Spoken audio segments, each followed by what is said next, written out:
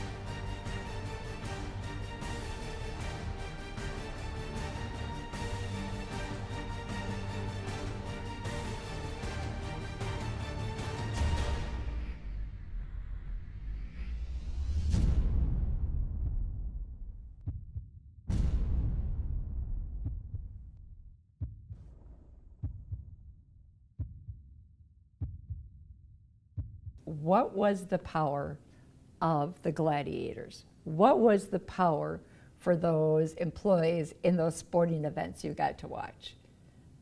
The power was that they all came together and they acted as one force. There wasn't conflict or infighting or going in different directions. The power was they had a common goal, they had a common purpose, and they acted as a unit, the power of one. If your job is not just being a member of a team, that you get to help choose team members, I have a tip for you. Make sure when you look at choosing team members is that you consider all of the different, not just skills and knowledge, but also emotions. You may want to choose somebody on your team who's very dynamic, but not too many, because if somebody is charismatic and outspoken and an extrovert, they can easily overtake everyone else's opinion. And so you want people who are energetic, but you also want an introvert, someone who's going to sit back, who's going to think it through, and someone, though, who's not afraid to speak up once they've considered all the different options. So diversity of not just skills and knowledge, but diversity of emotions and personalities is what's going to help a team be successful. I want to share with you this website, and I hope that you can take this assessment after this webinar. It's really fun, and you can tell by the woman's face that it's pretty colorful. The assessment's called What Color is Your Personality? I'm going to show you just a few things. We're not going to do it all together during this webinar, but if you take the assessment, you're going to know what color your personality is. When you take the assessment, if your color is orange, it means that you're optimistic, you're generous, you thrive on conflict. That's not me. But if you took that assessment and you're an orange, let's see if that's right. If your color was gold, it means you value rules and organization and you're really goal-oriented. If your color was green, you're curious. You question authority, you ask a lot of questions, and you focus on the future. If your color is blue, that assessment says you're a risk taker. You bring excitement to a group, you make decisions based on feelings. So when you look at all of those personalities, you can easily see the good and the not so good about the different personalities. Yet, in order for a team to operate and to function together, it will function the best when you bring different personalities together.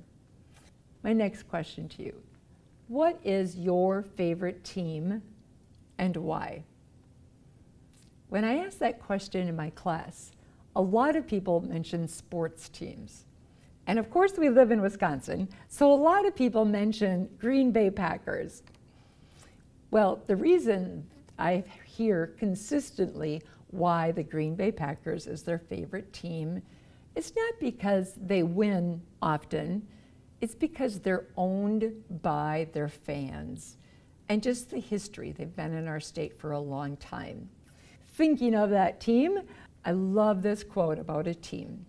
Vince Lombardi says, "The individual commitment to a group effort, that is what makes a team work, a company work, a society work, a civilization work. It's that commitment." Thinking back of the video you watched on the gladiators, that individual commitment, the power of one. Think of other teams though. Have you been involved in teams at work? Have you been involved in teams in volunteer organization? So some of the teams that I've been involved in, and maybe you have also, are special project teams. For an example, the company I worked for, we moved locations.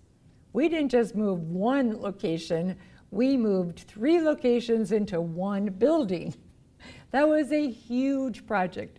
We needed maintenance people, we needed supervisors, we needed HR, we needed lots of people. So we ended up having 3 different project teams because of such a huge project. But boy, the day after we moved in, our team celebrated. That was a huge project. Another type of team that you may hear about in a work setting, it's called a self-directed work teams. Those typically are teams that have been together for a long time. They've worked together in their current job setting. And to be a true self-directed work team, they do not have an individual supervisor. They supervise and direct themselves. I have to be honest with you, I've never had the opportunity to work in a self-directed work team. However, the research I've done have found that companies that do it have been successful when they have the right people on those teams. My safety hat comes back on, and I've been involved in a lot of safety committees. I wonder if you have also. Our safety committees were very, very successful in helping our company reduce injuries. We did audits, we worked on safety laws, we worked on safety training, we rotated employees through that safety team. I talked earlier about the problem solving or the continuous improvement teams. Some companies actually call that lean teams. Same definition, just a different term. The problem solving teams our employees worked on, most of them absolutely loved it. It gave them a voice. It gave them a chance to improve their work environment. How do you address problems? Because most teams are either together to do a project, like I talked about what our company did when we moved, or they're addressing a problem. And that's what our problem-solving teams did. So the first thing when I was training our employees how to function as a team, how to do problem solving, I first had to teach them how to see. You might want to think, how to see what? Well, oftentimes in our work environment, we can get really focused on doing the job, yet we may not see some of the problems that are getting in the way for us to do our job successfully. So there was a whole classroom of information that I would talk about, but for you, I'm going to show you this video that I will prove my point that it's important to learn how to see. This is an awareness test. How many passes does the team in white make? Go!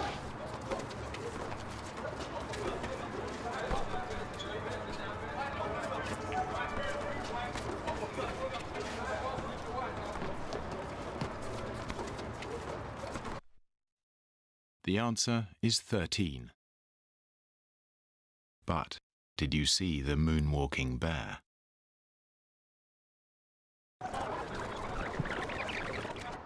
Go!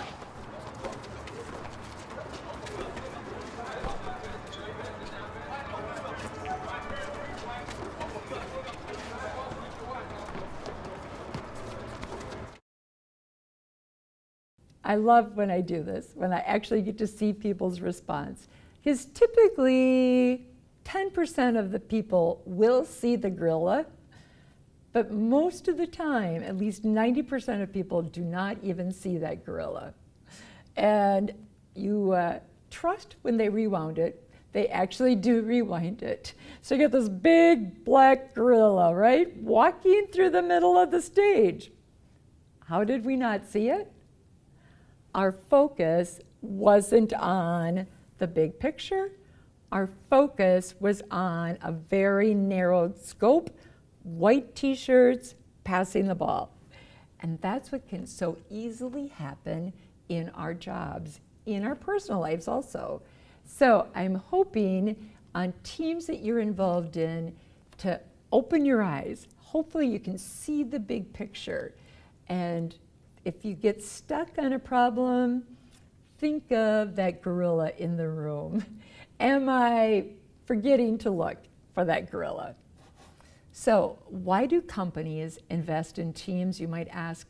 Well, for me it was fun, but it's not always fun for everyone. The biggest reason I felt that it was important, because remember, to be in a team for our employees, it cost money. Every employee that was in a team, if you had 7 employees and they all made, for an example, $10 an hour, for every hour they met, it's $70. So it's expensive. So companies need to get a return on their investment. That's important to management. Most of the time, the employees in the team, what they benefited from was just that sense of ownership, a sense of pride when they were able to resolve a problem.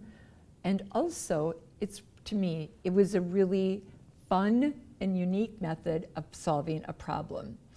If a department was having a problem that they just could not resolve, they had management in, they had HR in, they had other people look at it, was to get the right people together in a team who knew how to see the big picture.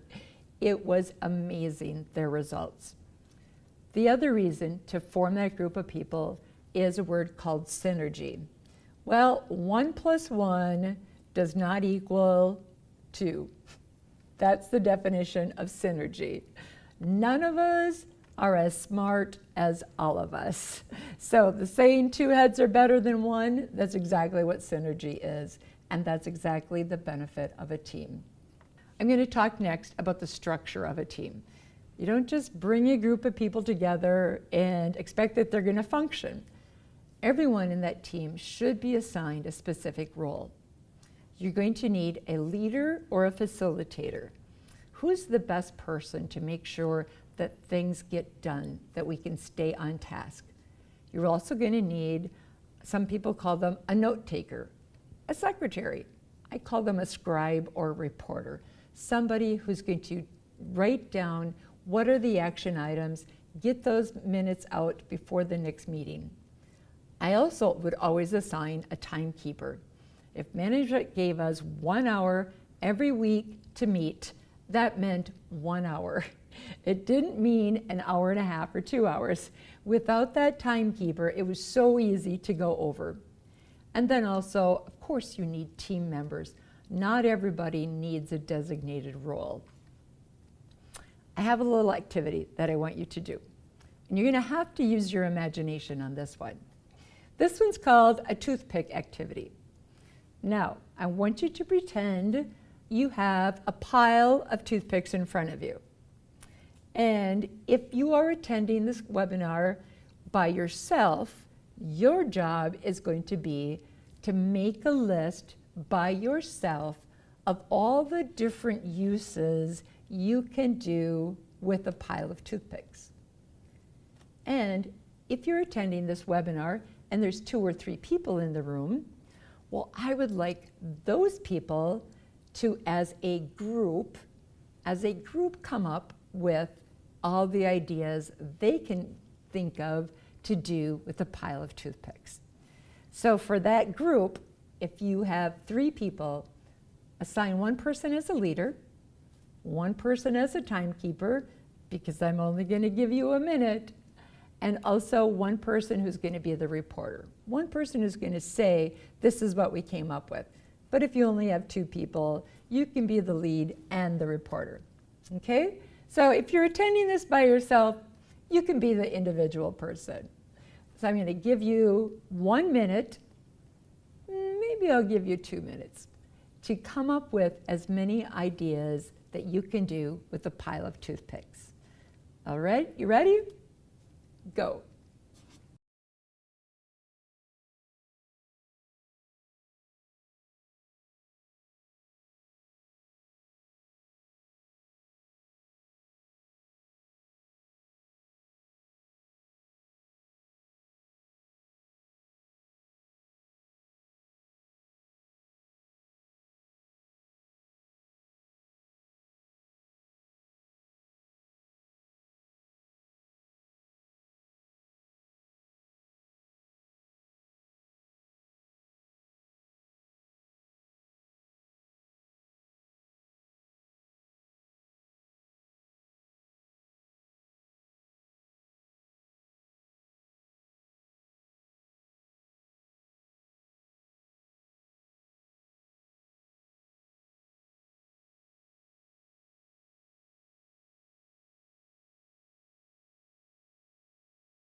How many ideas did you come up with? I wish I could hear your answers, but I'll share with you what other students have came up with. So did you come up with that you could use it for hors d'oeuvre picks? Have you came up with it as the traditional clean your teeth? How about with a bottle of glue, you can build houses, you could build stick figures. It's really fun to see, did the group of people come up with more ideas than the individual person? If the group of people know each other and are comfortable with each other, statistically, they'll come up with more ideas. However, if they're brand new to each other, they've never met, they're going to spend that minute and a half just getting to know each other and being comfortable. And that's usually when that individual person will excel. So this is an activity that I really challenge you to do sometimes as a group. Because who typically would have most fun? It's typically the group, the team. If that team knows each other, like I said, that's typically the group that will have the longest list. And it doesn't matter who has the best idea. It's always fun to see and laugh at some of the ideas that they come up with. So how creative were you? Why did I have you do that activity? The purpose of it was to help realize that when you have a group of people together and you're trying to resolve a problem, that together as a group, you can come up with more ideas than you traditionally can if you're working on it all by yourself. I don't know about you, but I can clearly think of times that I'm just struggling to resolve something. I'm just struggling to come up with ideas. If I step back, go talk about it with someone else, get a couple people around the table, I usually walk away thinking, yes, I've got it. So good. Toothpick activity. Try it at home sometimes too. In your team, the leader, it's a lot of responsibility. So make sure it's the right person in that position. They need to keep the other team members on track. It is so easy to get sidetracked. It's so easy to start talking about what we did at home, what our kids are doing, what she said, he said. The team leader gets them on track. The team leader also stays within their budget. Sometimes our employees did have a budget, and it was very important that they stayed within those guidelines. It's the team leader's responsibility to also check for consensus. Everybody does not have to agree on the project. They just have to say, yes, I'm willing to give it a try. That's the definition of consensus. They have to be able to ensure that if there are documents that need to be updated, if people need to be trained because of the changes that their team is making, that happens. And the last point, and I probably should have put this on as the first point, a leader should work with that team and develop a list of ground rules, something that's going to help them hold each other accountable. So what does the scribe or recorder? Well, that's pretty easy. What do? They take minutes. In today's world of wonderful technology, they could do that on the computer, they could do it on their iPad, or old-fashioned paper and pencil. Capture the action items. Who's going to do what and by when? Typically, they distribute the minutes in a timely manner before the next meeting, giving people that information so they can get their jobs done. Timekeeper, pretty easy. Keep the team on track. The reporter, if your team is large enough, and in my last job, we always assigned a reporter to a person who was a little bit more outspoken, a person who did not mind going to his supervisor to say, hey, this is what we're doing.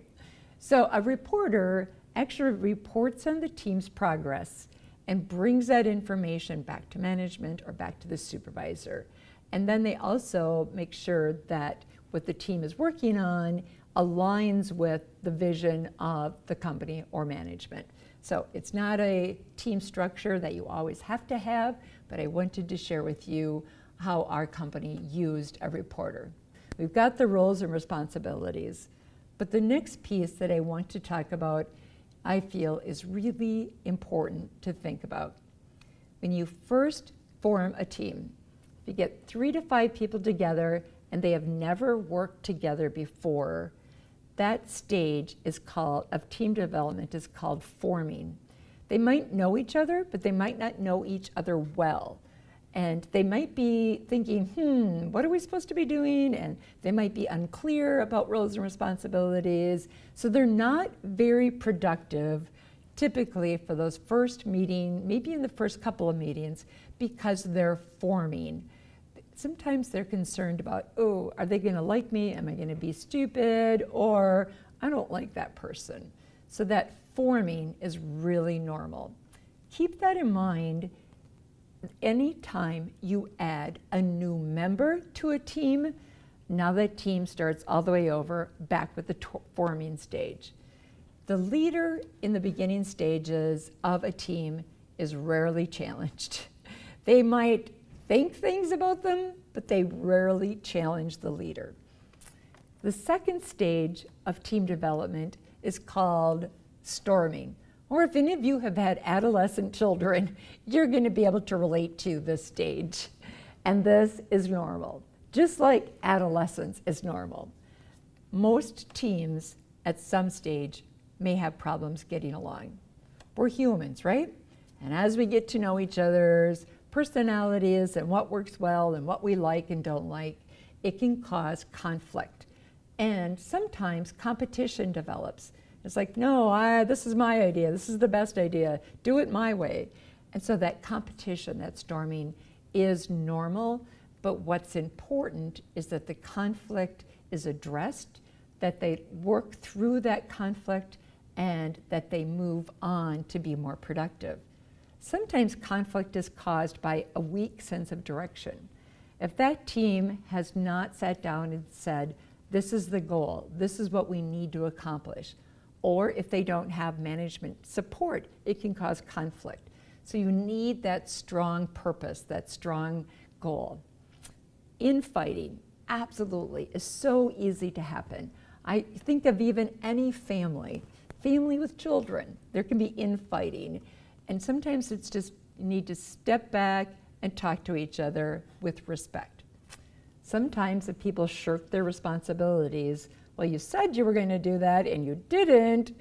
So shirking the responsibilities can make people feel, ooh, do I need to do it myself? Lack of trust. If you've assigned something to a team member and you're not sure they're going to do it, or you're not sure you trust what they did, so that can cause conflict within a group too. And then also lack of communication. Just the ability to talk things through, to be honest without blame and judgment. Several different things can cause conflict in a team, but what's really important is for you to understand that's normal, and a team can become productive if they work through that stage, if they work through it with dignity and respect. Another stage of team development that I really like when my teams got to this point, is I don't like conflict. I don't deal with it well. Trust me, ask my kids. But this next stage, teams start to be productive. They start getting comfortable with each other. And remember, this can take time, especially if you have not worked with each other before. Members at this stage can start to becoming open and honest with each other. They can ask for feedback, they can ask for constructive criticism. Not only can they ask for it, they can accept constructive criticism. Usually by this time, there's no blame or judgment.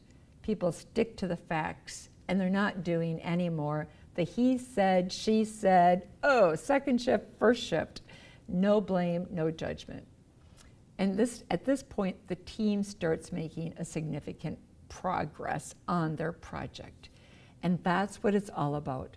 We're not together to have coffee and talk about the weather. Teams are typically formed, especially in our jobs, to accomplish a goal. And so when my teams were at that stage, I cannot believe the things that they could get done. So the next stage is called performing. Once again, this is where things get done. They start to feel a close connection, not just at work, but they're really getting to know each other. And when you're listening to these different stages, keep in mind this takes time.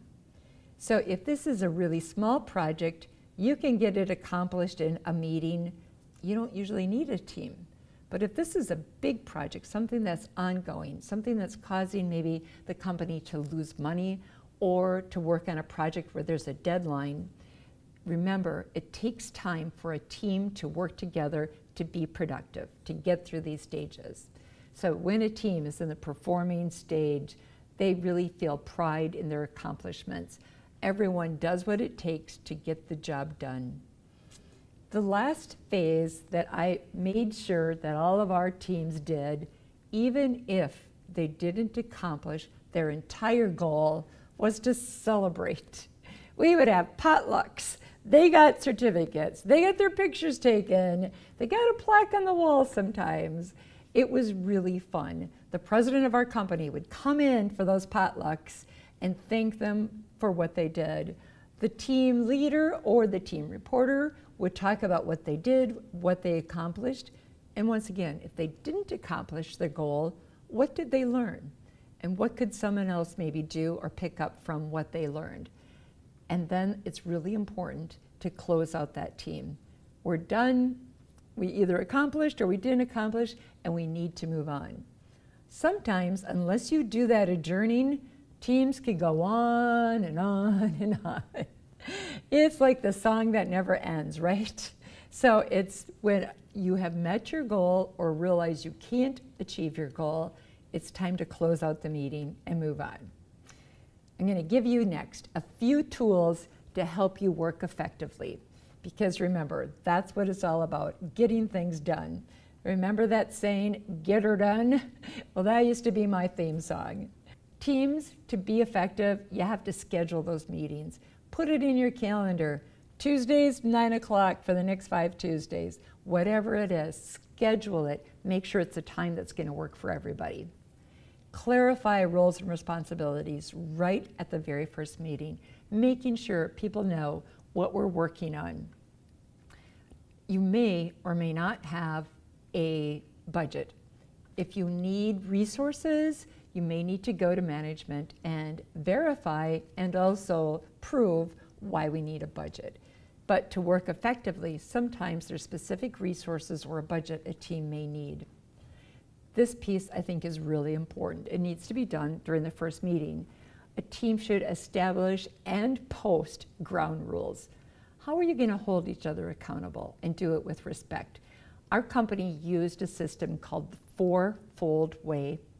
And the first part of our ground rules of that four-fold way was know what has heart and meaning. So we're working on a project and things change. It's not going to help you meet your goal. It doesn't have heart and meaning anymore.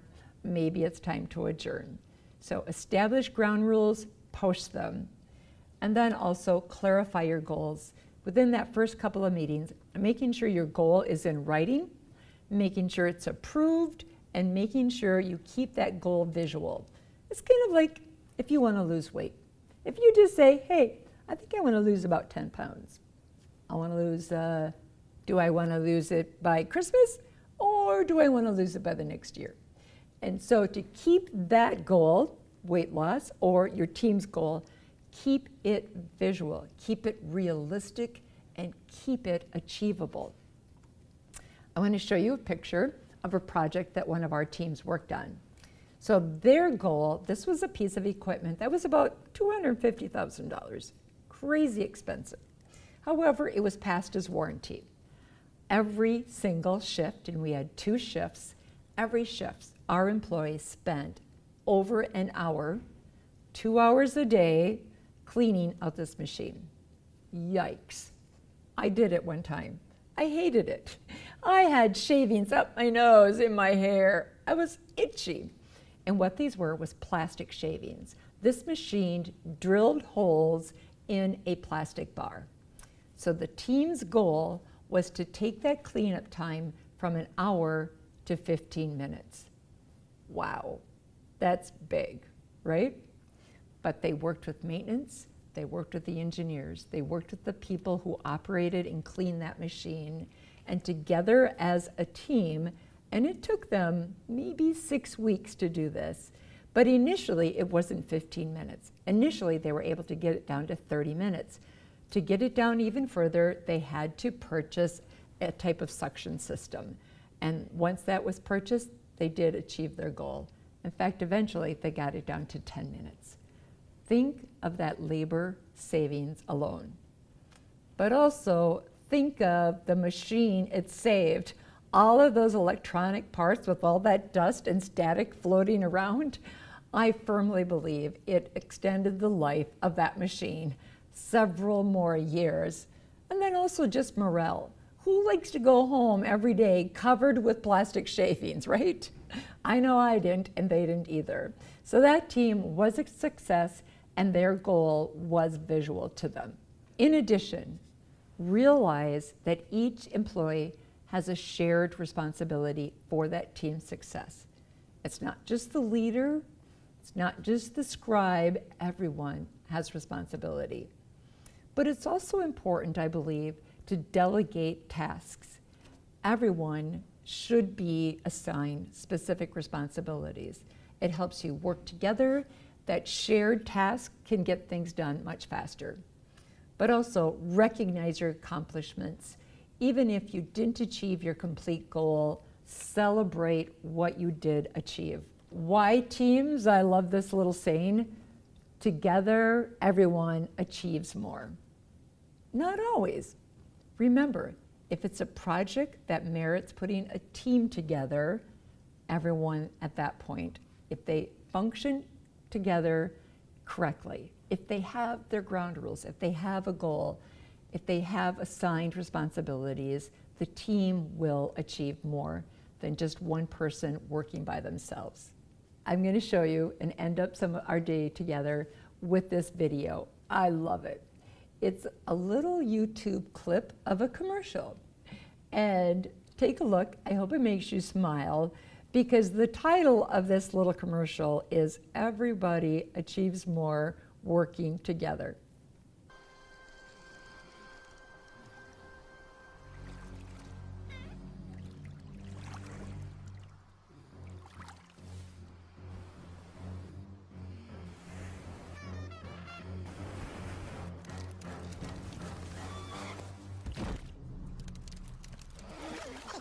It's smarter to travel in groups.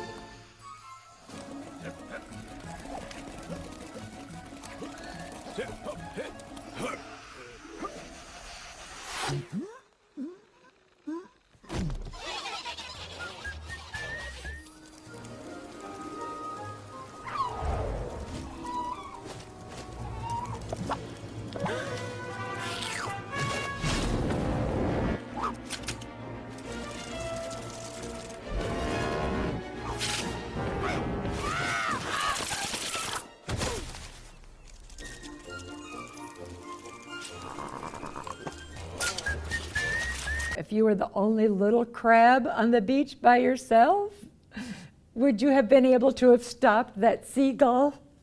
I don't think so.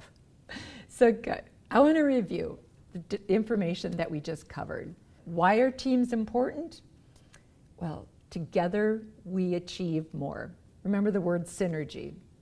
What's the definition of a team? It's a small group of people. Remember, you can't have 9 to 12 people. You can't have 1 or 2 people. 5 to 7 people max that are together. They have a clear goal. They have structure. So it's a group of people who are committed to a common purpose. We talked about different stages of a team, and this is very important, I believe, for teams to be successful, to understand that there are stages that you go through when you work together. That conflict stage, yikes, that's the worst one. And you may need help getting through that stage. And sometimes that's what friends are for, or that's what HR is for. So remember the stages of a team. You're forming, you're storming, adolescent. You're conforming or norming, and you're getting things done.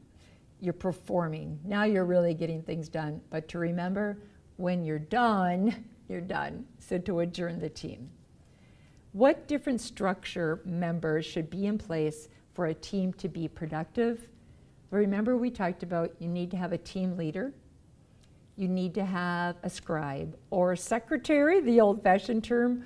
You need to have somebody who's going to keep you on time, or a timekeeper. So different roles need to be assigned when that team forms. I really encourage you, with your next job, or even currently in your personal life, is there a team that you would like to be on? Think of what you could do for a company if you were involved in a team. Not all companies embrace teams. I just felt we were very fortunate that our management did. It was powerful, it was fun. In fact, the last year that I worked with them, our teams, and I said our teams, saved the company $450,000.